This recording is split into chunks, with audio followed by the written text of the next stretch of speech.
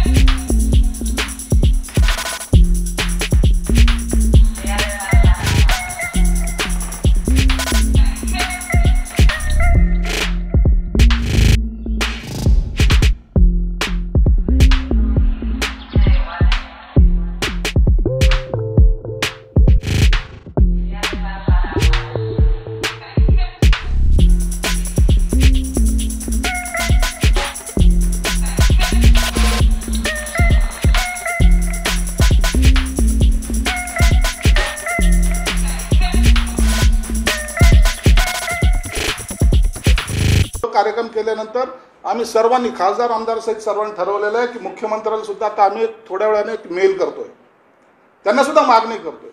जर अधिकारी काही बाबतीमध्ये जर कमजोर पडत असेल किंवा निर्णय घ्यायला कमी पडत असेल, ज्या घडीने पुण्यासाठी असा अधिकारी घेत त्या पद्धतीने आमच्याकडे सुद्धा नोडल अधिकारी द्यावेत, ही आमची प्रमुख मागणी आम्ही त्यांच्याकडे करणार आहोत. मग ते पोलिसांच्यासाठी असेल, पोलीस खात्यातली असेल किंवा कॉर्पोरेशनच्या संबंधित असेल किंवा कलेक्टरच्या संदर्भात असेल, एक आम्हाला टीम त्यांनी द्यावी, ही मागणी आम्ही करतोय. हे आम्ही परवा दिवशी जे जातोय, लोकप्रतिनिधी काही करत नव्हते अशातला भाग नाही, सगळीकडे होतेच, परंतु प्रशासनामध्ये ढवळाढवळ करत नव्हतो. आम्हाला हे चित्र बदलायचं होतं की आम्ही लोकप्रतिनिधी तुमच्याबरोबर आहोत म्हणून. परंतु आता उद्यापासून आम्ही सर्वजण पक्षपात सर्व बाजूला ठेवून, इम्तियाज जलील कोणत्या पक्षाचे आहेत, भागवत कराड कोणत्या पक्षाचे, हे सगळं बाजूला ठेवून आम्ही सर्वजण आता लोकांमध्ये मिसळणार आहोत आणि त्यांना मदत करणार आहोत. घाटीला मदत आम्ही केली नाही का? सर्व खासदारांनी केली, आमदारांनी केली. त्याचं मटेरियल कुठं चाललंय माहीत नाही. 40 हजाराचं एक इंजेक्शन तिथं पेशंटला दिलं जातंय, ते कशासाठी जातंय? आमच्याकडे असे प्रूफ्स आलेले आहेत. 40,000चं इंजेक्शन ऑनलाईन इम्तियाज जलीलकडे त्याचं सबूत आहेत. 48,000ला विकलं जाते, काही ठिकाणी 90,000ला विकलं जाते. आणि पेशंटची ही लुटमार सुद्धा थांबली पाहिजे. आत्ताची बातमी आहे, आमचा एक नगरसेवक रावण आमले आता घाटीमध्ये कोरोना पॉझिटिव्ह झालेला आहे. ही जबाबदारी कुणाची? म्हणून आम्ही सर्वजण एक आलेलो आहोत. आता आम्ही लोकांबरोबर आहोत आणि कोरोना हटवण्यासाठी तुमच्यासारखंच आम्ही सुद्धा कटिबद्ध आहोत, एवढीच त्या मागची भूमिका आहे.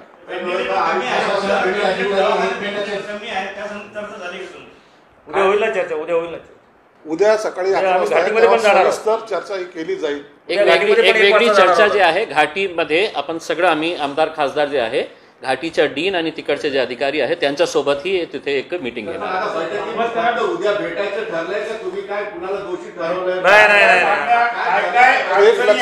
एक लक्षात घ्या, यामध्ये कोणत्याही आमदार खासदारांची कोणत्याही अधिकाऱ्याला दोषी ठरवण्याची भूमिका नाही. परंतु ज्या ठिकाणी तुम्ही कमी पडताय त्या ठिकाणी त्यांना जाणीव करून देणं हे आमचं काम आहे, ते आम्ही उद्या मध्ये आज सकाळपर्यंत 3,886 रुग्णाची नोंद झालेली आहे. आणि आता आम्ही येत होतो त्यावेळेस 100च्या वर रुग्ण झालेले आहेत सकाळीच. एकंदरीत कोरोनाची परिस्थिती अत्यंत रुग्ण वाढत असल्यामुळे कंट्रोलमध्ये कुठल्याही प्रकारचं कंट्रोल नाही आहे. ज्यांच्याकडे जबाबदारी आहे, महानगरपालिकेचे आयुक्त असतील, जिल्हाधिकारी असतील आणि पोलीस कमिशनर असतील, ते त्यांच्या परीने ते काम करतायत, पण कंट्रोल कुठल्या प्रकारचं नाही आहे. म्हणून आम्ही सर्व लोकप्रतिनिधी, 2 खासदार आणि 5 आमदार, 5-6 जण आम्ही एकत्र बसलोत. आणि उद्या आम्ही सकाळी डिव्हिजनल कमिशनर श्री केंद्रेकर साहेब यांच्याकडे 11 वाजता सर्व अधिकाऱ्यांची बैठक बोलवलेली आहे. यापूर्वी वारंवार अधिकाऱ्यांना पत्र देऊनसुद्धा अशा प्रकारची बैठक झाली नाही. जे काय शहरामध्ये कोरोनाबद्दल ॲक्टिव्हिटी होतात या सर्व लोकप्रतिनिधींनी सांगितलं, तरीसुद्धा प्रशासनातर्फे कुठल्या प्रकारचं उत्तर दिलं जात नाही. प्रशासन त्यांनी त्यांच्या लेवलला काम करत असतील, पण लोकप्रतिनिधीला विश्वासात न घेता हे काम करतायत. म्हणून राजकारण बाजूला ठेवून या शहरातले सर्व आमदार खासदार एकत्र येऊन उद्या आम्ही बैठक घेतोय. त्यानंतर आम्ही स्वतः सर्वजण क्वारंटाईन सेंटरला जाणार आहोत.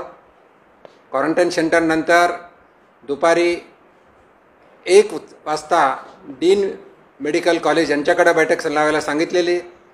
त्यानंतर संध्याकाळी पालकमंत्र्याची आम्ही वेळ घेऊन पालकमंत्र्याला भेटणार आहोत. एवढंच नाही तर ज्या ठिकाणी या शहरामध्ये हॉटस्पॉट आहेत त्या हॉटस्पॉटला सुद्धा आम्ही रोज 4 स्पॉटला सर्वजण एकत्र येऊन भेटणार आहोत. त्यामध्ये जे हॉटस्पॉट ठरलेले आहेत पुंडलिक नगर, मयूर नगर, सुदर्शन नगर, बायजीपुरा, मुकुंदवाडी आणि बजाजनगर असे 5 स्पॉट परवाच्या दिवशी आम्ही बैठक घेणार आहोत. एकंदरीत जर पाहिलं तर मालेगाव असेल, नागपूर असेल, दुसऱ्या शहरामध्ये कोरोना रुग्णाची संख्या वारंवार कमी होत गेली. या शहरामध्ये मात्र रुग्णाची संख्या वाढत चाललेली आहे. या अति आपण कंट्रोल करू शकत नाही. महानगरपालिकेच्या वतीनं मोठमोठ्या घोषणा दिल्या जात आहेत पण कुठल्या प्रकारचं कंट्रोल नहीं असं आमचं सर्वांचं मत झालेलं आहे. महाराष्ट्र के दूसरे जो शहर है जहां पर हमारे से ज़्यादा भयानक परिस्थिति थी, जैसा मालेगांव का उदाहरण, इसके लिए मुख्यमंत्री साहब और पूरी सरकार परेशान थी कि मालेगांव को हम किस तरह से कंट्रोल में, ऐसी क्या चीज़ वहाँ पे हुई जो हम नहीं कर पाए हैं और जिसकी वजह से आज इस शहर के अंदर हर रोज़ 100-150 जो केसेस बढ़ रहे हैं.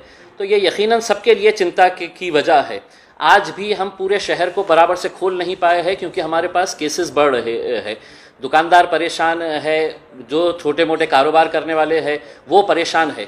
और ऐसी परिस्थिति के अंदर हम लोग ये सोचे कि हमने काफ़ी समय दिया है अधिकारियों को जो अपनी मर्जी के हिसाब से वो करना चाहते थे उन्होंने किया. हमने कोई भी लोक प्रतिनिधि ने कहीं पर भी कोई दखल अंदाजी नहीं की कि आप अपने तरफ से जो करना है करिएगा करके. लेकिन अब हमें ये एहसास हो रहा है कि कहीं ना कहीं कुछ गलत हो रहा है. इसीलिए आज हम सभी राजनीतिक पार्टी के आमदार खासदार मिलकर यहाँ पर आए और हम लोगों ने चर्चा की कि इस शहर को अगर हमको कोरोना से बाहर निकालने का है तो क्या क्या उपाय होने चाहिए. बहुत सारे विषयों के ऊपर चर्चा हुई और उसी चर्चा को आगे बढ़ाने के लिए कल हमने विभागीय आयुक्त साहब सुनील केंद्रेकर साहब से ये अनुरोध किया है कि उनके ऑफिस के अंदर police commissioner, district collector, municipal commissioner और घाटी हॉस्पिटल की डीन, इनके साथ चर्चा करके क्या बेहतर हो सकता है और इस शहर को कोरोना से कैसा मुक्त किया जा सकता है, इसके ऊपर चर्चा होगी. और जैसा कराड़ साहब ने बताया, सिर्फ यही नहीं, लोगों के अंदर एक विश्वास जगाने के लिए जो आज हॉटस्पॉट्स बने हुए हैं जहां पर बहुत सारे केसेस आ रहे हैं, जैसा पिछले 1-2-3 दिनों के अंदर हमने देखा है कि बजाज नगर के अंदर इतने सारे केसेस हो गए हैं. कई सारे लोग जो है वो अधिकारियों को फ़ोन नहीं करते, ये सब आमदारों को, खासदारों को, हमारे को फ़ोन करके बताते हैं कि साहब यहाँ पर इतने सारे केसेस. तो हमने ये तय करा कि लोगों के अंदर एक विश्वास जगाने के लिए और एक ये संदेश देने के लिए कि ऐसी मुश्किल घड़ी के अंदर सारे लोक प्रतिनिधि लोगों के साथ खड़े हुए हैं. इसके लिए हम सब लोग एक साथ मिलकर अलग अलग स्पॉट्स के ऊपर जाएंगे, क्वारंटाइन सेंटर्स के ऊपर विजिट करेंगे और जहां गलतियां हैं वो सरकार को, प्रशासन को बताएंगे. हम समझते हैं कि हमने बहुत समय दे चुका है प्रशासन को, लेकिन अगर उसके बावजूद भी अगर मामला नहीं वो हो रहा है तो कहीं ना कहीं कुछ ना कुछ गलत हो रहा है. इसलिए अब हम लोग आगे आकर इसके बारे में चर्चा करेंगे.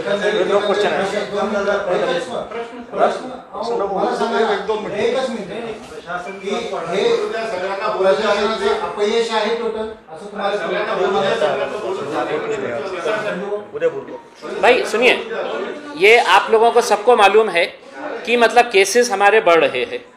अब ये अपयश है, यश है, कहीं ना कहीं कुछ ना कुछ, जैसा मैंने आपको बताया है कि जो होना चाहिए था वो नहीं हो रहा है. तो इसलिए कल हम प्रशासन के साथ चर्चा करेंगे और आपके सवाल का उत्तर जो है शायद हम कल बेहतर तरीके से दे सकेंगे. इसमें मैं इसका उत्तर 300 जवळपास 200 लोकांचे जीव गेले आणि 3000 लोक पॉझिटिव्ह झाले, लोकप्रतिनिधी कुठे दिसले नाही.